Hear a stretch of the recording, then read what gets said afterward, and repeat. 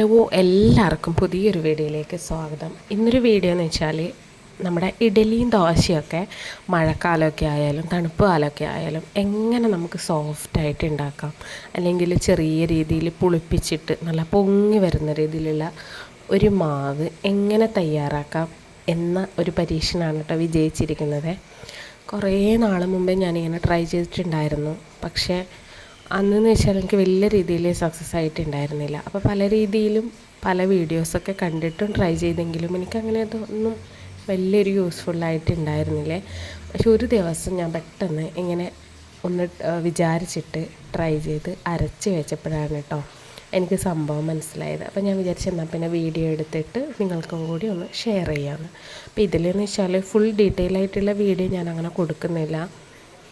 ഞാൻ കാര്യങ്ങൾ പറഞ്ഞുതരാം. അപ്പം നമ്മൾ പ്രധാനമായിട്ട് ചെയ്യേണ്ട ഒരു കാര്യം എന്ന് വെച്ചാൽ ഈസ്റ്റോ അല്ലെങ്കിൽ സോഡാപ്പൊടിയോ ഒന്നും ഇടാതെ തന്നെ നമുക്ക് തണുപ്പ് കാലത്ത് നമ്മുടെ മാവ് എങ്ങനെ പുളിപ്പിച്ച് എടുക്കാം. ഇപ്പോൾ മഴക്കാലമൊക്കെ അല്ലേ, മഴക്കാലത്തൊക്കെ ദോശ ഇഡലിയും തിന്നണം എന്നൊക്കെ പറഞ്ഞു കഴിഞ്ഞാൽ ചെറിയ രീതിയിൽ നമുക്കൊന്ന് പൊങ്ങി വന്നാലേ നമ്മുടെ മാവിന് നല്ല സ്വാദും അതുപോലെ നല്ല സോഫ്റ്റായിട്ടും നമുക്ക് ഇഡലിയും ദോശയൊക്കെ ചുട്ടെടുക്കാൻ പറ്റും.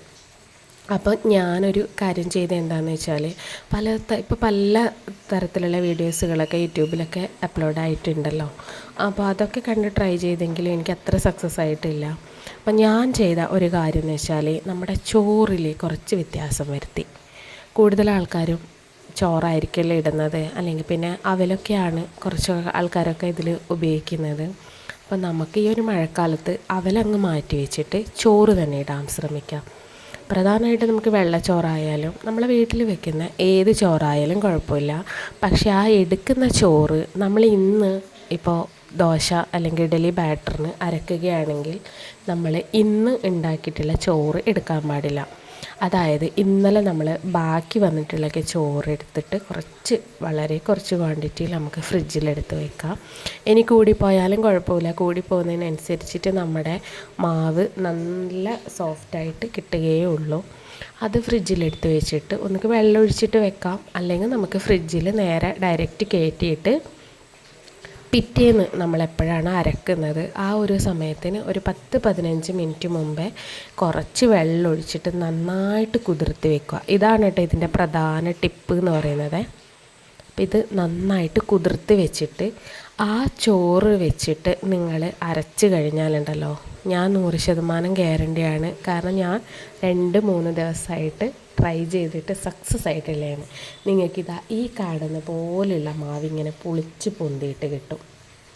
അപ്പം നിങ്ങളൊന്ന് ട്രൈ ചെയ്ത് നോക്കുക കേട്ടോ. മഴക്കാലമൊക്കെ അല്ലേ, അപ്പോൾ ഇഡലിയും ദോശയൊക്കെ കഴിക്കണം എന്നൊക്കെ ഉള്ളവർ ഇതുപോലെ ഒന്ന് ട്രൈ ചെയ്ത് നോക്ക്. പിന്നെ സത്യം പറഞ്ഞാൽ അരക്കുന്ന വീഡിയോ എനിക്ക് എടുക്കാൻ പറ്റിയില്ല. ഞാൻ അത്ര ഓർത്തില്ല കേട്ടോ, ഓർമ്മിച്ചിരുന്നില്ല ഈ ഒരു കണ്ടൻറ്റ്. അതുകൊണ്ടാണ് ഇനിയിപ്പോൾ ഞാൻ അരക്കുന്ന സമയത്ത് അതും ഒന്ന് നിങ്ങൾക്ക് കാണിച്ചു തരാം. അപ്പോൾ മനസ്സിലായല്ലോ. ഇന്നലെയുള്ള ചോറ് നമ്മൾ ഫ്രിഡ്ജിലെടുത്ത് വെച്ചിട്ട് ഇന്നിപ്പോൾ നിങ്ങൾക്ക് എപ്പോഴാണ് അരക്കുന്നത് ആ ഒരു അരക്കുന്ന സമയത്ത് നമ്മൾ അതിലോട്ട് കുറച്ച് വെള്ളം കൂടെ ഒഴിച്ചിട്ട് ആ ഒരു തണുപ്പ് മാറ്റിയിട്ട് അതേ സെയിം ആ ചോറ് 2-3 വട്ടം നമ്മൾ വെള്ളം ഊറ്റാൻ പാടില്ല.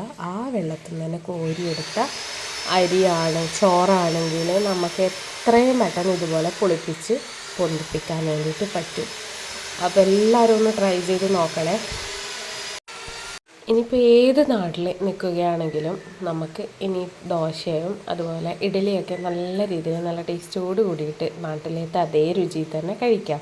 ഇപ്പോഴും പ്രത്യേകിച്ച് എല്ലാ നാടുകളിലും നല്ല മഴയല്ലേ, അപ്പോൾ പൊങ്ങാനൊക്കെ ഇച്ചിരി പ്രയാസമൊക്കെ ഉള്ളവരാണെങ്കിൽ ഇതുപോലെ ഒന്ന് ട്രൈ ചെയ്ത് നോക്കേ. ഇതാണ് കേട്ടോ ഫൈനൽ റിസൾട്ട് പറയുന്നത്.